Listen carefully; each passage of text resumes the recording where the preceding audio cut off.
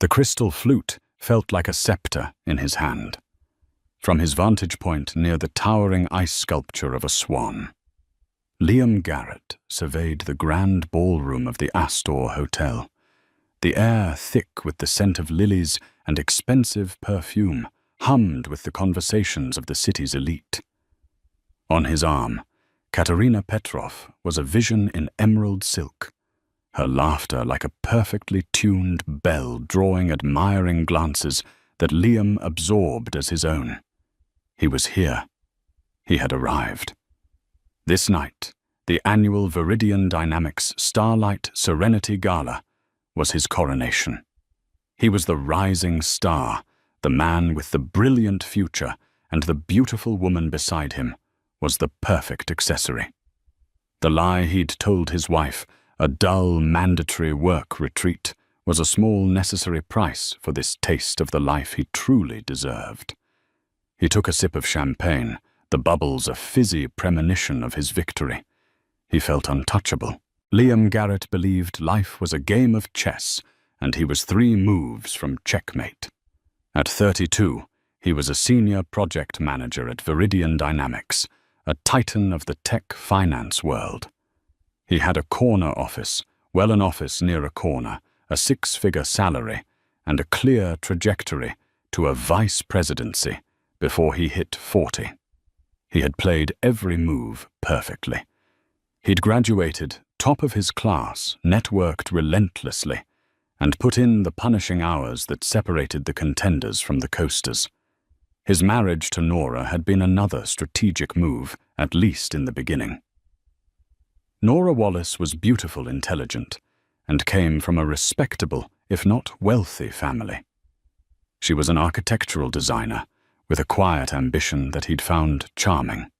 She was the perfect wife for a man on the rise, elegant, supportive, and content to manage their tastefully decorated Upper East Side apartment while he climbed the corporate ladder. But lately, Nora had become a complication. A beautiful 7 months pregnant complication. The pregnancy hadn't been planned. When Nora had told him, her eyes shining with tears of joy, Liam had felt a cold dread settle in his stomach. A baby. The word itself sounded like an anchor. It meant sleepless nights, divided attention, and a crippling financial drain. It meant his sharp, tailored suits would soon be competing for closet space with diaper bags and strollers. It was a distraction he couldn't afford. His ambition was a ravenous beast, and a baby was a cage. He'd masked his disappointment with practiced smiles and feigned excitement, rubbing Nora's swelling belly, while his mind calculated the cost of childcare versus the setback to his career. He loved Nora, or at least he loved the idea of her, the stable, comfortable life she represented. But his passion, his true all-consuming desire, was for success. And success, he was beginning to believe, required a different kind of partner. That partner was Katerina Petrov. Katerina was a recent hire in the marketing department, a sharp, hungry analyst with eyes the color of whiskey, and an ambition that mirrored his own. She was 26, unencumbered, and saw the world exactly as he did, a ladder to be climbed with no time for sentimental attachments. Their affair had started 6 months ago, a spark of illicit excitement at a late-night project meeting that quickly erupted into a wildfire. With Katerina, Liam felt seen. She didn't talk about nursery colors or birthing plans. She talked about quarterly reports, market-hostile takeovers, and the weaknesses of their superiors. She looked at him not as a future father, but as a future CEO. She was a reflection of his own desires, sleek and uncomplicated. She was the life he wanted, and Nora was the life he had. The Starlight Serenity Gala was the most important event on the Viridian Dynamics calendar. It was a night where deals were made over canapes and careers were cemented over cocktails. Attendance wasn't just mandatory for someone at his level. It was an opportunity. Last year, a junior manager had impressed the board with a casual comment about emerging markets and was promoted to director a month later. Liam knew this was his stage, but partners were expected, and showing up with his heavily pregnant wife felt like a declaration of domesticity, a signal that his focus was shifting from the boardroom to the nursery. It was a weakness he couldn't afford to show, so he lied. "It's a last-minute leadership retreat," he'd told Nora 2 weeks ago, carefully folding his laundry to avoid looking her in the eye. Upstate, some rustic lodge with no cell service, mandatory for all senior managers. Beaumont's new initiative. Nora had been resting on the sofa, a hand resting protectively on her stomach. She looked tired, her natural glow dimmed by the strains of the 3rd trimester.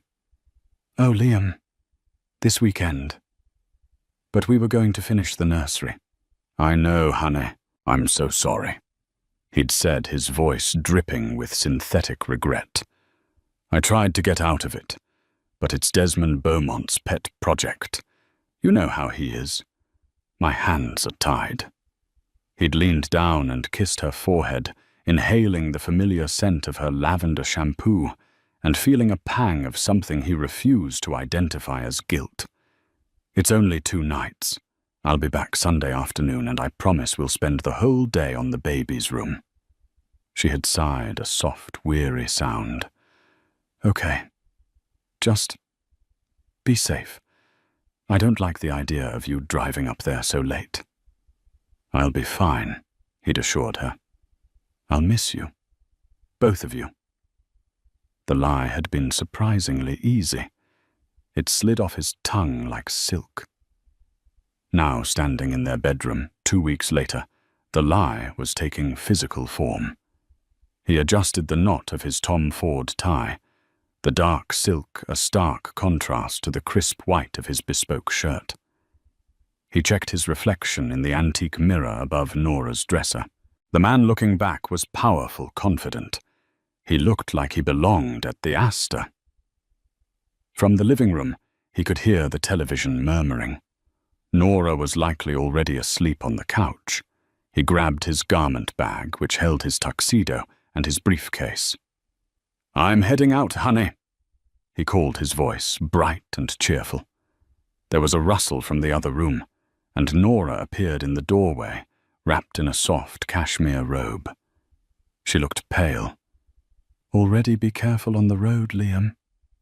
"Always," he said, walking over to kiss her. Her lips were soft, but her eyes were searching.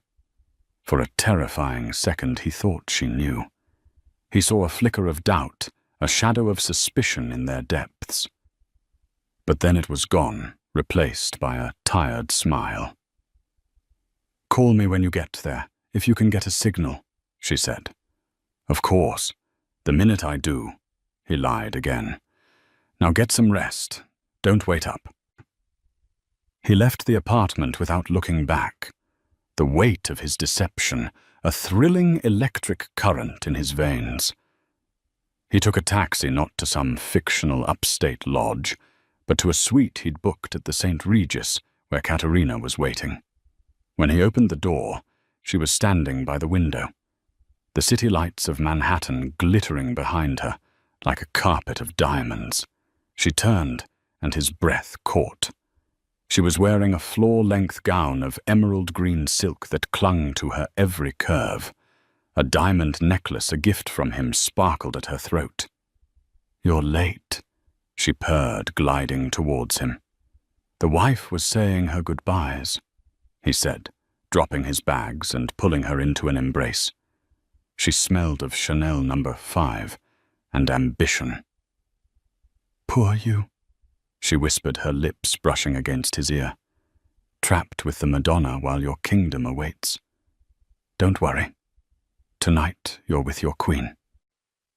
He kissed her, then a hard, possessive kiss that was less about affection and more about sealing his choice. This was real. The power, the glamour, the woman in his arms. This was the life he was choosing, the one he was fighting for. As they prepared for the gala, sharing a bottle of champagne and laughing about office politics, the image of Nora, pale and tired in the doorway of their apartment, faded from his mind like a distant, irrelevant dream. The Astor Hotel's grand ballroom was designed to intimidate. 30-foot ceilings were adorned with frescoes of mythical Greek scenes, and from their center hung 3 colossal crystal chandeliers that refracted the light into 1,000,000 dazzling shards. The air was a symphony of clinking glasses, discreet laughter, and the gentle melody of a string quartet tucked away in a gilded alcove. The most powerful people in New York City drifted through the room like sharks in a well-tailored aquarium, their movements smooth and deliberate. Liam Garrett, with Katerina on his arm, navigated the crowd with a confidence he didn't entirely feel, but projected with masterful skill. He was one of them tonight. He belonged. "There's Robert Peterson from the acquisition team," he murmured to Katerina, nodding towards a portly man holding court by the champagne fountain. "He controls the budget for the Phoenix Initiative. I need a word with him later. And that's Beatrice Croft, head of European operations." Katerina counted her eyes, scanning the room with the precision of a sniper. "They say she's on the short list for the board. Her husband left her for his assistant last year. She'd probably appreciate a woman who isn't a cliché." They were a team, a power couple. As they moved through the room, Liam exchanged handshakes and knowing smiles. He introduced Katerina not as his date, but with a clever ambiguity. "This is Katerina Petrov, one of our brightest minds in marketing. She's been instrumental on the new campaign, and it positioned her as a brilliant colleague and him as a discerning leader who recognized talent. People were impressed. He could feel their approval, a warm balm on his ego. For an hour, everything was perfect. He secured a brief but promising chat with Peterson, who clapped him on the shoulder and said, "Keep up the good work, Garrett. I'm hearing great things." He and Katerina shared a dance, moving effortlessly across the polished marble floor, feeling the envious eyes of junior analysts and administrative staff on them. They were the golden couple, a portrait of success. "I could get used to this." Katerina whispered, her head resting on his shoulder as they swayed to the music. "This is just the beginning." Liam promised, his voice low and certain. "Next year, we won't just be guests, we'll be hosting." The lights in the ballroom dimmed slightly, and a hush fell over the crowd as all eyes turned to the grand staircase. A man in a tuxedo stepped up to a microphone on a small stage. "Ladies and gentlemen," the man announced, his voice echoing through the vast space. "If I could have your attention, please. It is my great honor to introduce the man whose vision and leadership have propelled Viridian Dynamics to the forefront of global innovation. The chairman of the board, our CEO, Mr. Desmond Beaumont." A wave of applause rippled through the room. Liam straightened his tie, a frisson of anticipation running down his spine. Beaumont was the king of this castle, a semi-mythical figure known for his ruthless business acumen and his intensely private nature. A moment of FaceTime with Beaumont tonight could change everything. Desmond Beaumont appeared at the top of the grand staircase. He was in his late 50s, tall and silver-haired, with a presence that commanded absolute silence. He wore his power not like a heavy cloak, but like a perfectly tailored suit. His eyes, a piercing shade of blue, swept across the room, and for a moment, Liam felt as though the CEO was looking directly at him. Beaumont smiled, a rare and brief event, and extended his hand. But he wasn't alone. From the shadows of the upper landing, a figure emerged to take his arm. It was a woman. She was radiant, her face glowing with a serene beauty that seemed to outshine the chandeliers. She wore a bespoke gown of deep sapphire velvet that draped elegantly over her very pregnant form. Her dark hair was swept up in a graceful chignon, revealing a delicate string of pearls at her neck. She moved with a quiet confidence, a gentle smile on her lips, as she descended the staircase on the arm of the most powerful man in the room. And Liam felt the world stop. The champagne flute in his hand suddenly felt slick with sweat. The blood drained from his face, replaced by an icy torrent of pure, unadulterated panic. The hum of the crowd faded into a deafening roar in his ears. His heart hammered against his ribs like a trapped bird. Because the woman on Desmond Beaumont's arm, the guest of honor, looking for all the world like royalty, was his wife. Nora. Liam. Are you all right? Katerina's voice was a distant needle in the roaring silence of his mind. You look like you've seen a ghost. He couldn't answer. He could only stare, paralyzed, as Nora and Mr. Beaumont reached the bottom of the staircase. They were greeted with a fresh wave of applause. Beaumont raised a hand for silence, his other arm still linked with Nora's. Thank you all for coming, Beaumont began, his voice calm and authoritative. I'm delighted you could all be here tonight, and I am especially honored to be accompanied by a very dear friend and one of the most brilliant architectural minds in the city, Miss Nora Wallace. Miss Nora Wallace, not Mrs. Liam Garrett. The choice of words was a deliberate surgical strike. Nora's eyes scanned the crowd. She wasn't looking around aimlessly. She was searching. And then her gaze found him.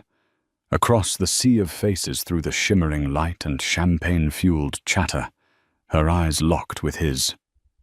There was no shock in her expression, no surprise, no tearful confusion. There was only a calm, cool, and utterly devastating certainty. A quiet strength that terrified him more than any scream ever could. In that single silent moment, Liam understood. This was not a coincidence. This was an execution, and he was the one on the chopping block. He felt Katerina stiffen beside him. Liam, she hissed, her voice tight with confusion and dawning horror.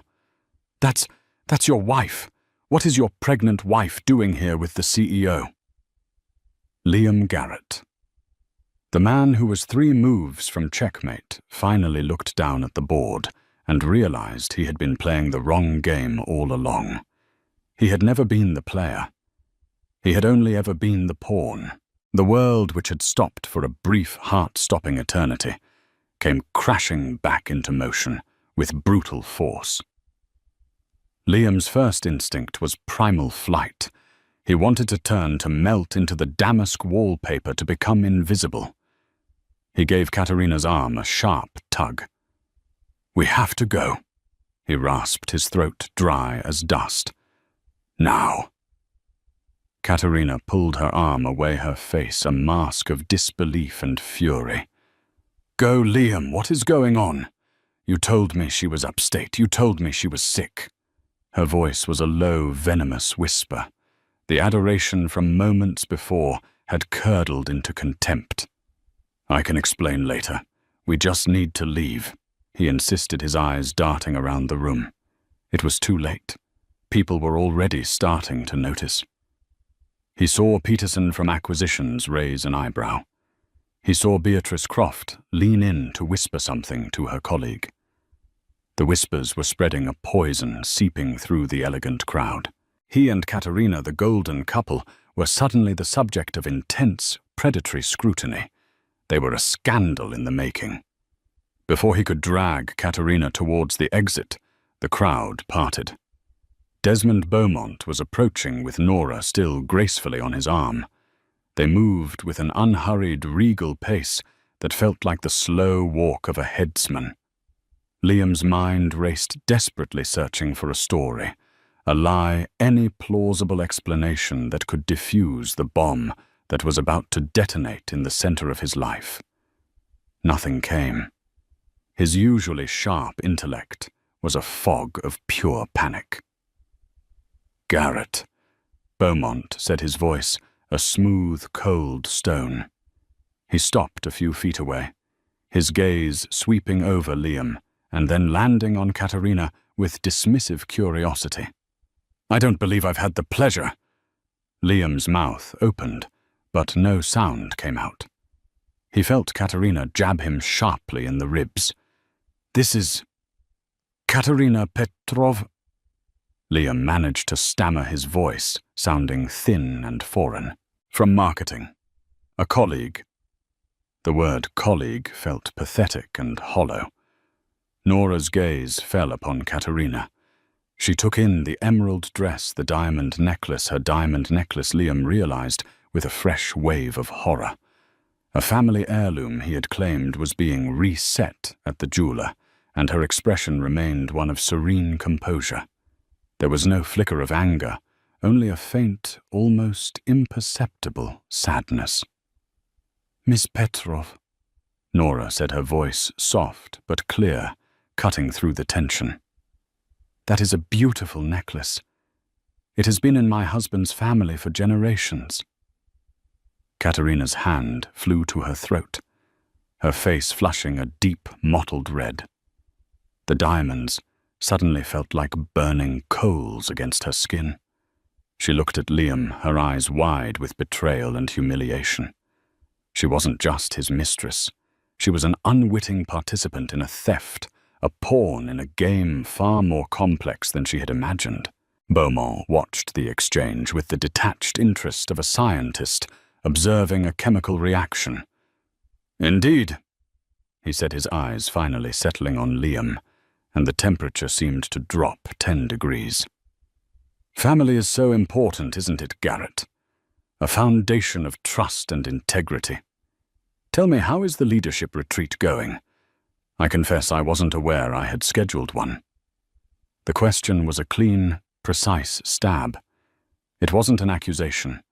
It was a verdict. The lie was exposed, laid bare for everyone to see. There was no escape. Liam felt the eyes of everyone in their vicinity on him. The string quartet had stopped playing. The only sound was the frantic pounding of his own heart.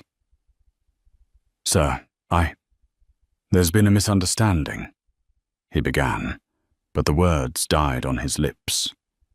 "No, Liam," Nora said, speaking directly to him for the first time.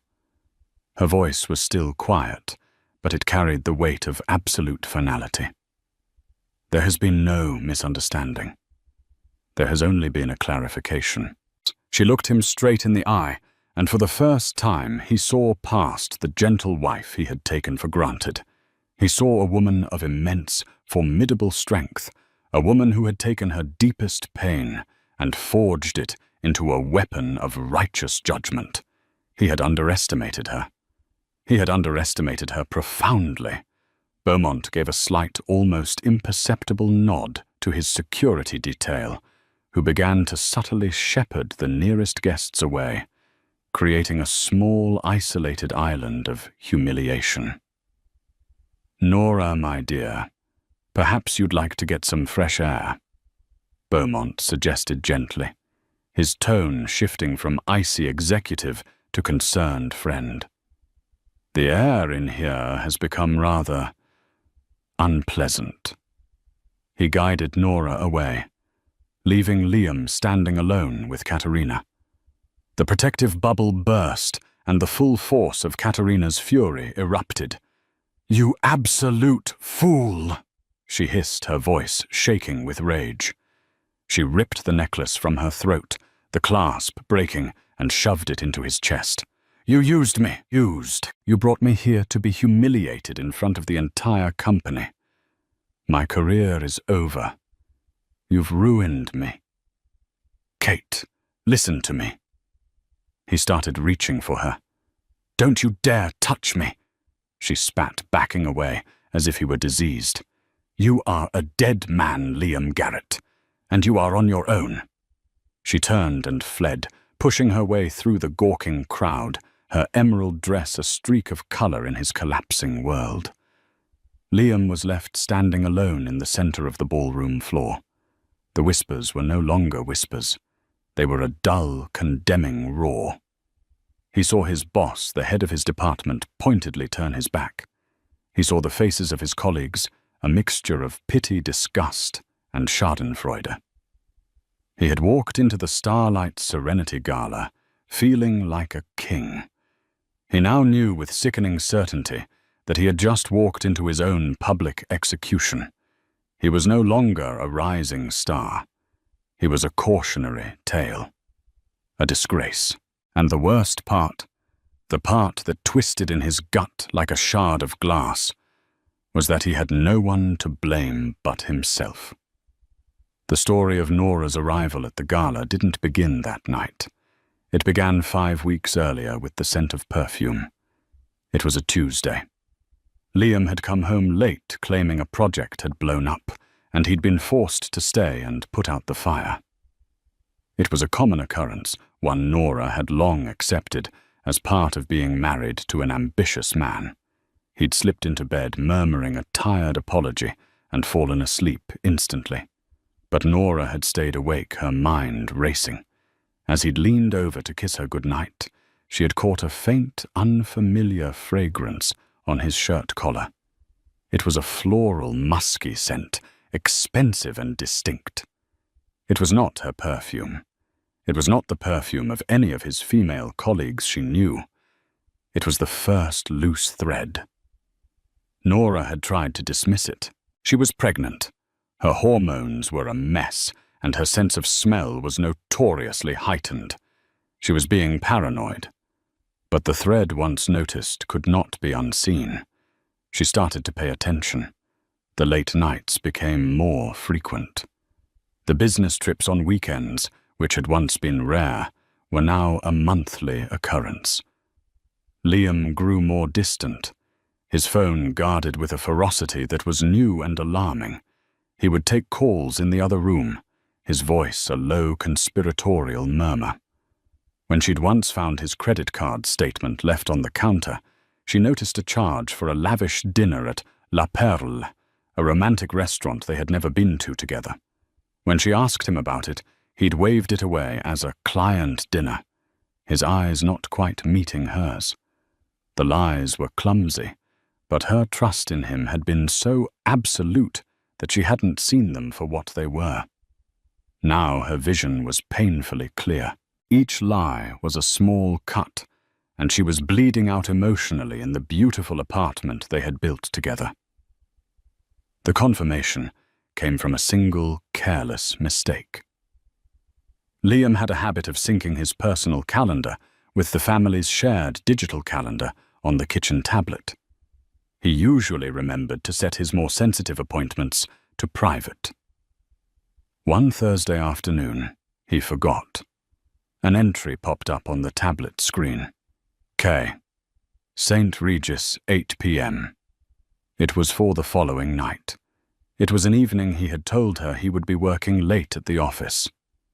Nora felt the floor drop out from under her. K. Katerina Petrov, the sharp, pretty new girl from marketing he had mentioned once or twice. Nora's heart fractured. It wasn't a clean break, but a splintering, a spiderweb of cracks, spreading through everything she had believed was solid and true.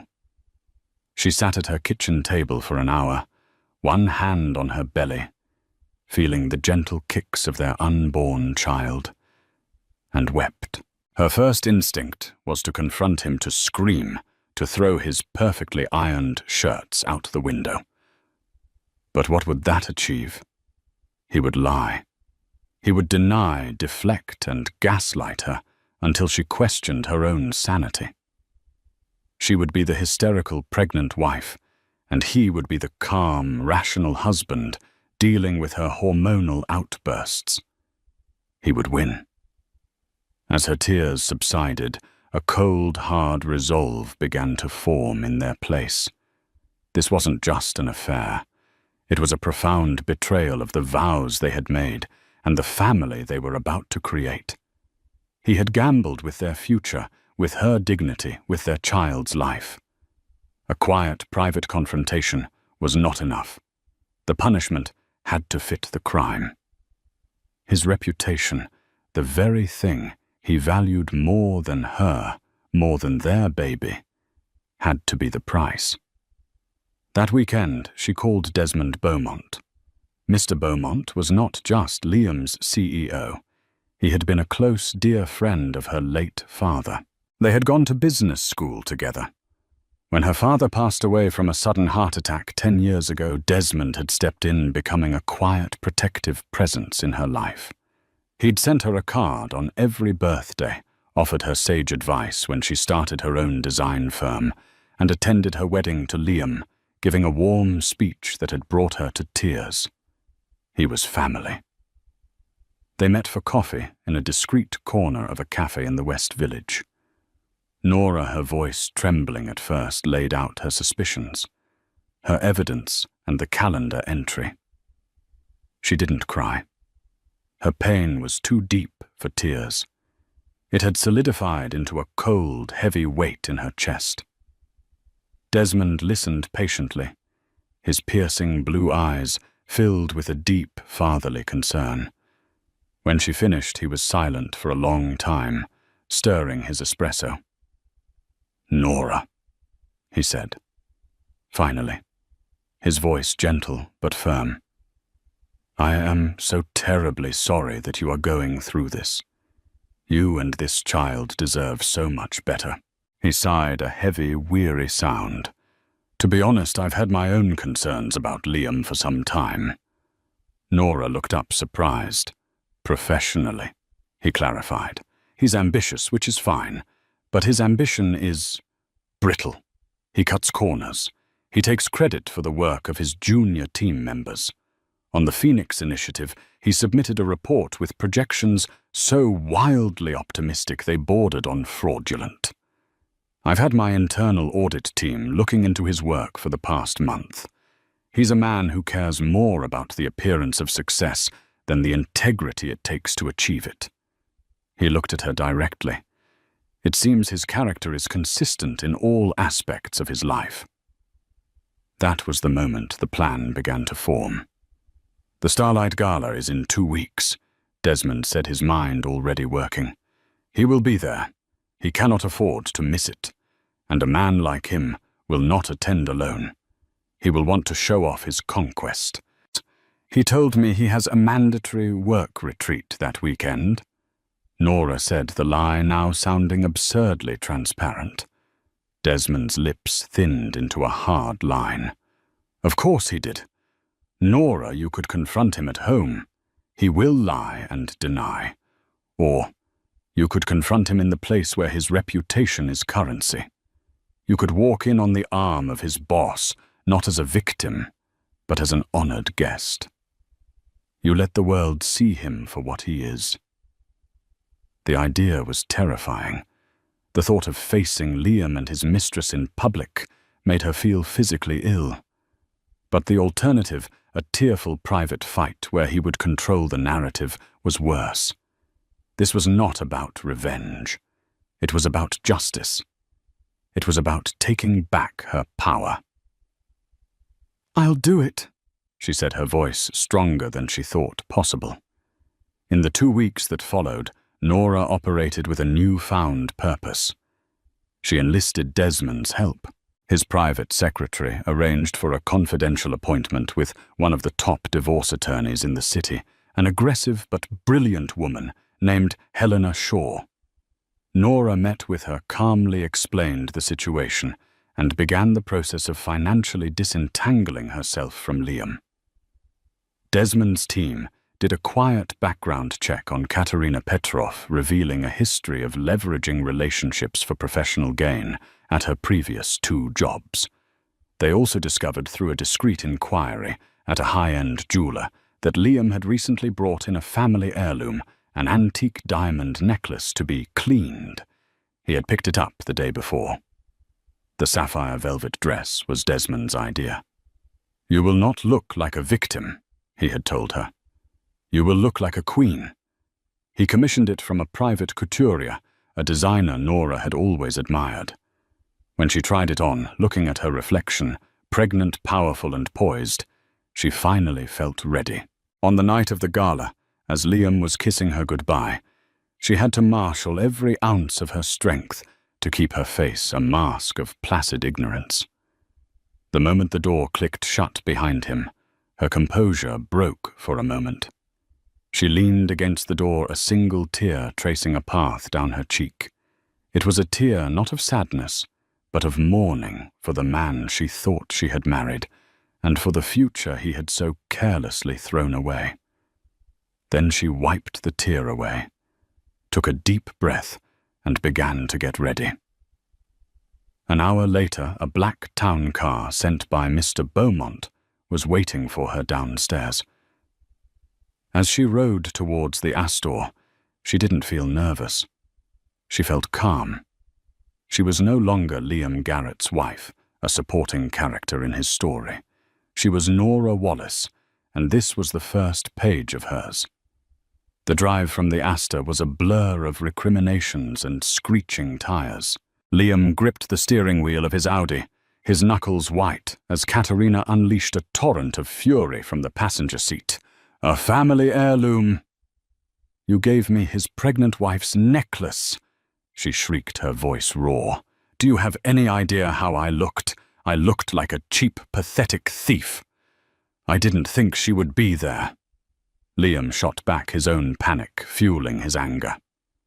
"How was I supposed to know she was friends with Desmond Beaumont? Maybe you should know more about the woman you married." Katerina laughed, a bitter, ugly sound. "God, you are so stupid. You talked about ambition, about taking over the world. You can't even manage your own house. You're finished, Liam. Utterly finished, and you will not drag me down with you." When he pulled up in front of her apartment building, she didn't wait for him to stop the engine. She threw open the door and got out, turning back to glare at him through the open window. "Delete my number, Liam," she said, her voice dripping with ice. "If anyone from work asks, I will tell them you pursued me, that you lied to me about your marital status, and that I ended it the moment I found out the truth. You are on your own." She slammed the door and stalked into her building without a backward glance. Liam sat in the car for a long time, the engine humming, the silence in the car, a screaming accusation. He was alone. Truly and completely alone. The drive back to the Upper East Side apartment he shared with Nora was the longest of his life. Each street light, each passing car, felt like a judgment. He rehearsed apologies, excuses, justifications in his head. But they all sounded feeble and pathetic. What could he possibly say? He let himself into the apartment, his key scraping in the lock. The silence was absolute. The lights were off, save for a single lamp in the bedroom. All of Nora's things. Her coat from the hook by the door, her shoes, her laptop from the living room, table and table were gone.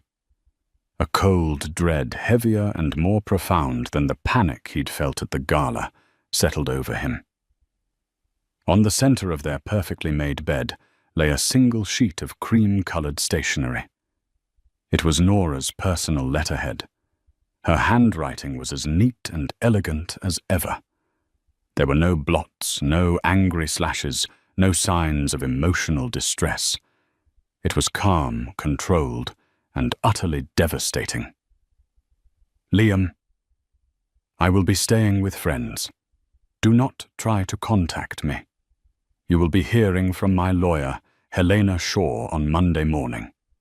She will handle all further communication regarding the dissolution of our marriage and the division of our assets. The locks will be changed tomorrow. Nora." No, "I'm leaving you." No, "How could you?" No emotional appeal. It was a business memo, a transaction. Their marriage, their life together, their future family were all reduced to a few sterile sentences. He had treated their marriage as a strategic alliance, and in the end, she was dissolving it with the same ruthless efficiency. He sank onto the edge of the bed, the note trembling in his hand. He was in checkmate. The weekend was a living hell. He couldn't eat. He couldn't sleep. He paced the silent, empty apartment, the half-finished nursery, a constant mocking reminder of the future he had obliterated. He called Nora's phone 100 times. It went straight to voicemail. He called her mother, her sister, her best friend. None of them picked up. He was an island completely cut off from the world he had once inhabited. On Monday morning, the true professional fallout began. He walked into the offices of Viridian Dynamics and was met with a wall of silence. The usual morning buzz was absent. People at their desks fell quiet as he passed, their eyes following him, before they quickly looked down at their screens. His assistant, a young woman who had always been friendly and cheerful, gave him a tight, nervous smile and told him that his 9 a.m. meeting had been cancelled. In fact, his entire calendar for the day was empty. At 10 a.m., he received an email from Human Resources. The subject line was stark, mandatory meeting. He was shown into a sterile conference room. 2 people were waiting for him, the head of HR, a woman named Carol, and his own boss, Frank, the man who had been his mentor. Frank wouldn't meet his eye. "Liam," Carol began, her tone devoid of any warmth. "We have a serious situation here. We've received multiple reports regarding your conduct at the Starlight Serenity Gala on Saturday evening." It was a personal matter, Liam said, his voice hoarse. "Bringing a junior employee as your date to a company event while misrepresenting your marital status and publicly deceiving your spouse, who happened to be the guest of the CEO, is not a personal matter. Liam." Frank cut in, his voice heavy with disappointment. "It's a catastrophic lapse in judgment. It speaks to your character. Frank, I can fix this." "It's too late for that," Carol said, sliding a folder across the table. "This isn't just about the gala. Mr. Beaumont has authorized a full review of your project management, specifically concerning the Phoenix Initiative." Liam felt a fresh jolt of fear. The Phoenix Initiative. The project he had been cutting corners on for months, fudging the numbers to make his department look more successful than it was. "It has come to our attention," Carol continued, "that there are significant discrepancies in your progress reports. Your projections for market penetration were based on outdated and frankly manipulated data. You have deliberately misled the board and endangered a 9-figure investment." The affair was the public face of his disgrace. But this was the nail in his professional coffin. Beaumont hadn't just exposed his infidelity. He had used it as the justification to expose his professional fraud. The morality clause in his contract was a catch-all. His personal failings were now inextricably linked with his professional ones. "We are placing you on immediate indefinite suspension, pending the results of a full internal audit." Carol said, her voice final. "Please hand over your company ID laptop and phone. Security will escort you from the building." Liam stared at them dumbfounded. Suspension. Security. Escorted from the building. These were things that happened to other people to failures, not to him. He was a ghost walking out of the Viridian Dynamics building, a cardboard box of his personal effects in his hands. The city he had sought to conquer felt vast and hostile. He looked up at the gleaming glass tower of his former office and understood that he hadn't just lost a job. He had been erased. The weeks following his suspension were a slow, agonizing descent into a personal hell of his own making. The word suspension was a corporate euphemism. Liam knew he would never set foot in Viridian Dynamics again. The internal audit was a formality, a tool to build an ironclad case for his termination and to ensure he couldn't sue for wrongful dismissal. His first call on Monday had not been to a headhunter, but to a lawyer, a man whose smarmy television ad promised to fight for the little guy. The lawyer listened to Liam's story and practically laughed him out of the office. "Let me get this straight," the lawyer had said, leaning back in his creaky chair. "You cheated on your pregnant wife, who is a personal friend of your CEO. You took your mistress, a subordinate, to the company's biggest event. You gave the mistress a family heirloom belonging to your wife. And your bosses have found evidence of you cooking the books on a major project, Mr. Garrett. You don't have a case. You have a public relations disaster. My advice, sign whatever they put in front of you and pray they don't sue you." The call from Helena Shaw. Nora's lawyer came on Tuesday. Her voice was calm, professional, and utterly uncompromising. "Mr. Garrett," she began, "I represent Nora Wallace. I am sure you understand that she is seeking a divorce on the grounds of adultery. Given the public nature of your indiscretion and the emotional distress caused during her pregnancy, we are prepared to move swiftly." Liam tried to plead to ask if he could just speak to Nora. "All communication will go through me," Shaw stated flatly. "Nora's priority right now is her health and the health of her unborn child. She needs to be insulated from any further stress. We have already filed a petition to have you vacate the marital apartment, which, as you know, was purchased with a significant down payment from a trust left by Nora's father. Given your current employment status, we believe this is in everyone's best interest." He was being kicked out of his own home.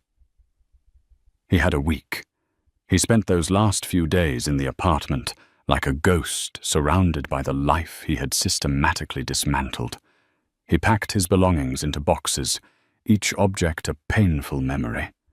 The photograph from their honeymoon in Italy, the silly coffee mug Nora had given him for his birthday, the tiny pair of sneakers they had bought together after their first ultrasound.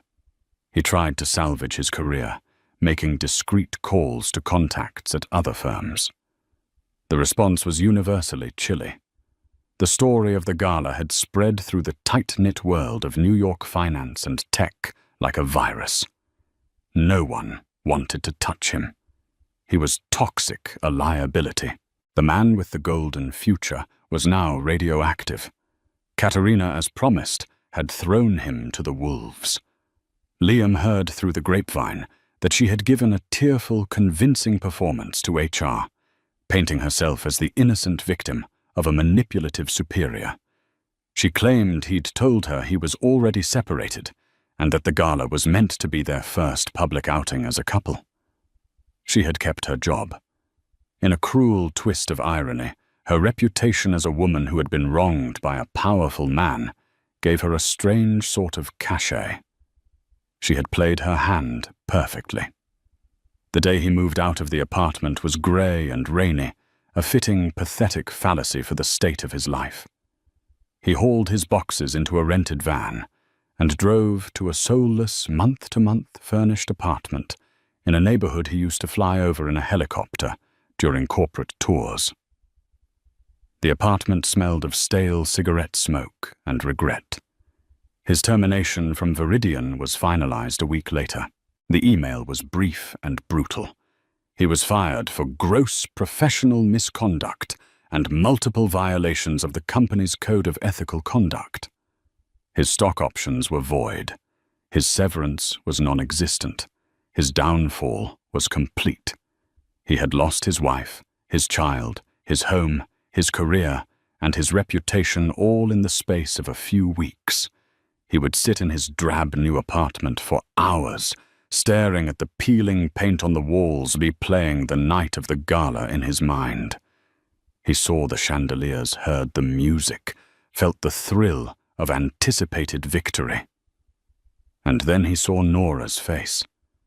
Not the angry, screaming face he might have expected, but the calm, disappointed, resolute face that had sealed his doom. He had thought he was playing a game of chess, but he had misjudged his opponent. He had seen Nora as a queen, to be protected a piece that solidified his position. He had never realized that in her own game on her own board, she was the one who could topple the king. 6 months passed. The city moved on as it always did, from one scandal to the next. The name Liam Garrett, once whispered in the corridors of power, was now forgotten a footnote in the annals of corporate flameouts. For Nora Wallace, those 6 months were a period of rebirth. The divorce was finalized quickly and cleanly. Helena Shaw had been a shark, and Liam, with no job and dwindling resources, had been in no position to fight. Nora kept the apartment her inheritance protected and received a settlement that would ensure she and the baby were financially secure. But more important than the money was the rediscovery of herself. Freed from the suffocating weight of Liam's ambition and deceit, she flourished. Her architectural design firm, which had been a side project, became her main focus. Desmond Beaumont, true to his word, became her champion. He commissioned her to lead the redesign of the executive suites at Viridian Dynamics' headquarters. It was a major project, one that put her name on the map. Her work was lauded for its innovative use of light and space, its blend of modernism and warmth. She was no longer just Liam Garrett's wife. She was Nora Wallace, a rising star in her own right. In late spring, she gave birth to a healthy baby boy. She named him Cole after her father. She was surrounded by a loving support system, her mother, her sister, and a circle of loyal friends who had rallied around her. Her apartment, once a place of quiet heartbreak, was now filled with laughter, the smell of baby powder, and the promise of a new, joyful future. She rarely thought of Liam anymore. When she did, it was with a distant clinical pity for a man who had been given everything and had chosen to throw it all away for nothing. For Liam, those same 6 months were an endless night. After his savings ran out, he was forced to sell his Audi and move into an even smaller, cheaper apartment in Queens. The tailored suits and designer watches were sold off one by one to pay for rent and groceries. His job search was a humiliating exercise in futility. His name was blacklisted. Eventually, he took a job that didn't require a background check or references a data entry position at a small logistics company. It was tedious, mind-numbing work in a grey, windowless office. He who had once managed multi-million-dollar projects and commanded teams of people now spent his days typing numbers into a spreadsheet. His boss, a man 10 years his junior, who constantly reminded him about his quotas. He was a ghost haunting the edges of a life he once owned. He avoided the parts of the city where he might run into former colleagues. He ate alone, he slept alone. His only companions were bitterness and regret. One evening, scrolling aimlessly through social media on his phone, a cheap prepaid model, he saw a picture that stopped his heart. It was posted by one of Nora's friends. It was a picture from a baby shower.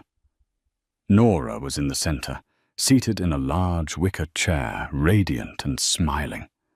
She was surrounded by friends, her hands resting on her beautiful round belly. She looked happy, genuinely, profoundly happy. In that moment, the full, crushing weight of his loss finally broke through his narcissism and self-pity. It wasn't the job, the money, or the status he mourned. It was her. It was the easy laughter they used to share. It was the way she would look at him with a love and trust he had treated like a disposable commodity. It was the son he would never know, the family he had destroyed. He had traded a kingdom for a handful of dust. He sat there in the darkness of his grim little apartment, the glow of the phone illuminating the tears streaming down his face. He finally understood. The grand gala, the emerald dress, the lies, and the ambition, they were all just distractions. The real story, the only one that ever mattered, was the one he had failed to read. The one about a good woman's love and the priceless future he held in his hands. And he had let it all slip away. This story is a stark reminder that the choices we make, especially those shrouded in darkness, always find their way to the light. Liam Garrett had everything a person could want, but his ambition was a hunger that couldn't be satisfied by love, loyalty, or the miracle of a new life. He chased a hollow, glittering prize blind to the true treasure he already possessed. In the end, he didn't just lose his career, he lost his humanity. Nora, on the other hand, shows us the incredible power that resides in quiet strength and integrity. Faced with the ultimate betrayal, she didn't crumble. She rose. She transformed her deepest pain into a catalyst for her own empowerment, proving that the brightest futures are often built on the ashes of a past we were brave enough to burn down. What did you think of Nora's incredible moment of triumph? Could you ever forgive a betrayal like Liam's? Let us know your thoughts in the comments below. If this story resonated with you, please give this video a thumbs up. Share it with someone who needs to hear it. And don't forget to subscribe to our channel for more real-life drama and powerful stories. Your support helps us continue to bring these narratives to you. Thank you for listening.